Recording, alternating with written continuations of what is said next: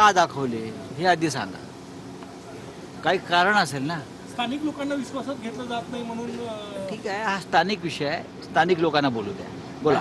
टाइम्सचा सर्वे झाला त्यामध्ये कुठल्याच पक्षाला स्पष्ट बहुमत नसताना दिसत आहे. भाजपला 95 ते 105 जागा आणि ठाकरे गटाला 26 ते 31 जागा दाखवत आहेत महाराष्ट्रात विधानसभेच्या जागा. अच्छा, कोणाचा सर्वे आहे हा? टाइम्स म्हणजे काय वरून ब्रह्मदेवाचा सर्वे आहे का? याच लोकांनी सर्वे दिला होता ना की मोदींना 350 जागा मिळतील. हेच ते लोक आहेत की 350 भारतीय जनता पक्ष लोकसभेला, महाराष्ट्रामध्ये 40 हे सगळे भाजप मिळून, शिवसेना, काँग्रेस आणि राष्ट्रवादी आम्ही 175 ते 180 जागा 100% जिंकतोय. या सर्वेवरती विश्वास ठेवू नका. हे सर्वे जे आहेत, हे जे सर्वे येत आहेत हे लोकांना गुमराह करण्याचा प्रकार असतो.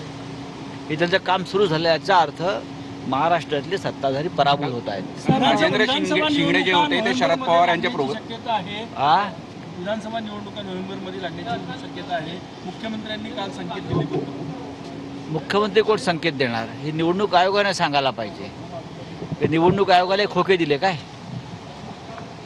निवडणूक आयोगाला खोके दिले का?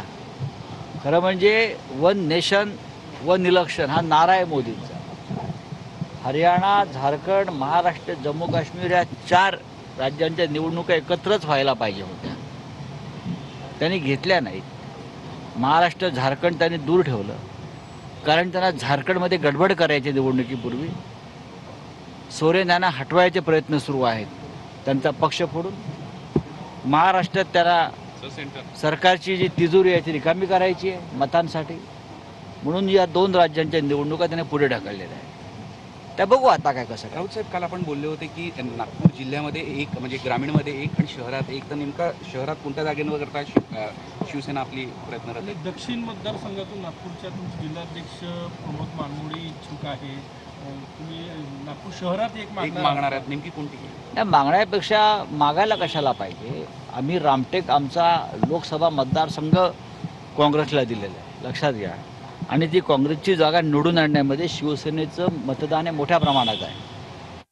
एक जागा काँग्रेसची वाढली विदर्भात, रामटेक.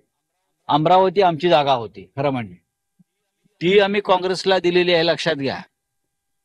अशा वेळेला विदर्भात विधानसभेत शिवसेनेचं प्रतिनिधित्व असावं ही आमची भूमिका आहे. नागपूर शहरामध्ये म्हणजे महानगरपालिका हद्दीत आम्ही जागा लढू. नक्कीच नागपूर दक्षिणच्या मतदारसंघात आमचं काम चालू आहे. रामटेक विधानसभा आमचा हक्काचा मतदारसंघ आहे. याशिवाय एखादा मतदारसंघ आम्ही घेऊ शकतो का, या संदर्भात चाचपणी सुरू आहे. सर, आपने कहा कि कुछ गड़बड़ी हो सकती है, इसलिए इलेक्शन एक साथ नहीं लिए जा रहे 4 स्टेट के. आपने देखा होगा कि झारखंड की जो खबरें आ रही है,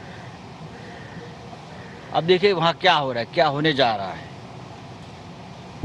वहाँ हेमंत सोरेन जी को तकलीफ में लाने की कोशिश फिर एक बार हो रही है. उनकी सरकार एक मजबूत सरकार है, उसमें से कुछ लोग तोड़ने की कोशिश चल रही है वहाँ. आज ही मैंने खबर यहाँ ही पड़ी है. इसीलिए चुनाव अगर घोषित करते तो आचार संहिता यानी कोड ऑफ कंडक्ट लग जाता. महाराष्ट्र में भी ये जो लोग बैठे हैं, ये त्रिकूट, उनको और टाइम मिलना चाहिए खेला करने के लिए, सरकारी तिजोरी खाली करने के लिए. इसलिए ये नहीं हो रहा है. आपने वन नेशन वन इलेक्शन की बात करते हो तो आप 4 स्टेट के इलेक्शन एक साथ नहीं ले सकते हो ना.